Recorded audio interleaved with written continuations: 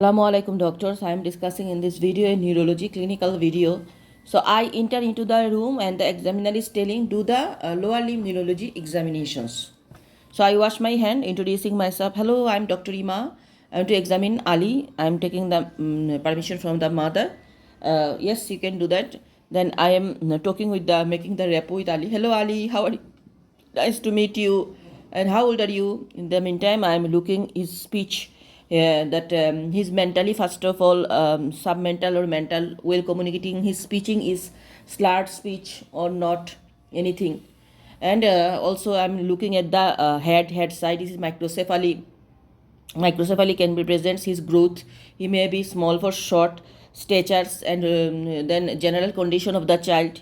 His measures mentality already check, and the surrounding significance. Maybe any walking aids he has taken, any device like wearing glasses. Then any dysmorphic features, dysmorphic features, distress.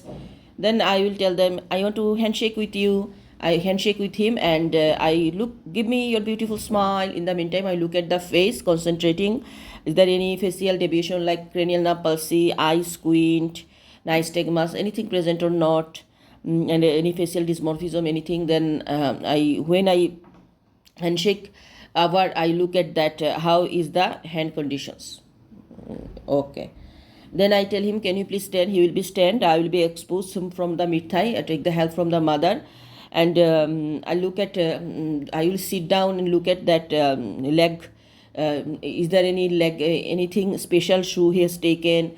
And any wasting of the leg? What about any scar? Anything?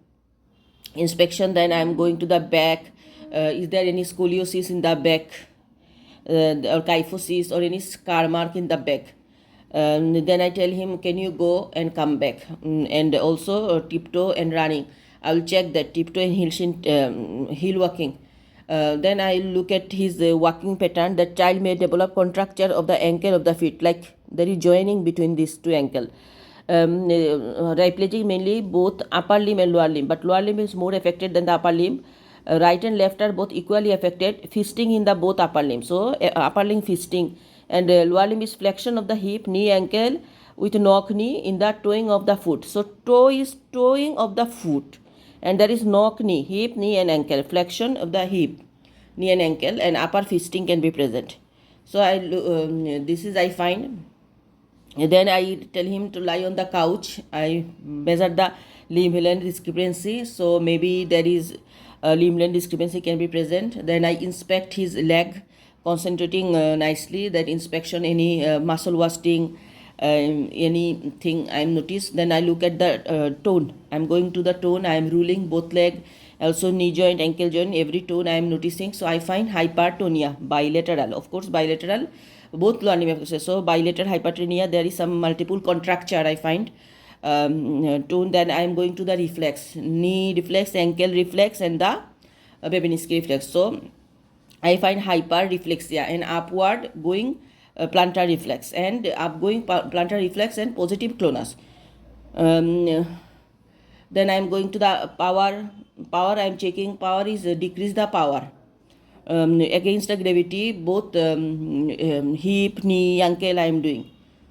Then I am going to the coordination heel shin test, and also I am going to the sensations and upper limb power examination. Then I would like to complete my examination doing by the upper limb and the cranial nerve examinations. So I can present, like suppose I examine today Ali. Ali is a 12-year-old boy. When I was examining him, I find there is squint present, there is a facial nerve palsy present. The boy was some kind of submental, there was slurred speech present, microcephaly present, and on I find on inspection of the leg there is wasting of the muscles present, limb length discrepancy present, tone there is hyperreflexia present, hyperreflexia and power is reduced, and hyperreflexia upward, hypertonia, hyperreflexia, and upward going the plantar reflex.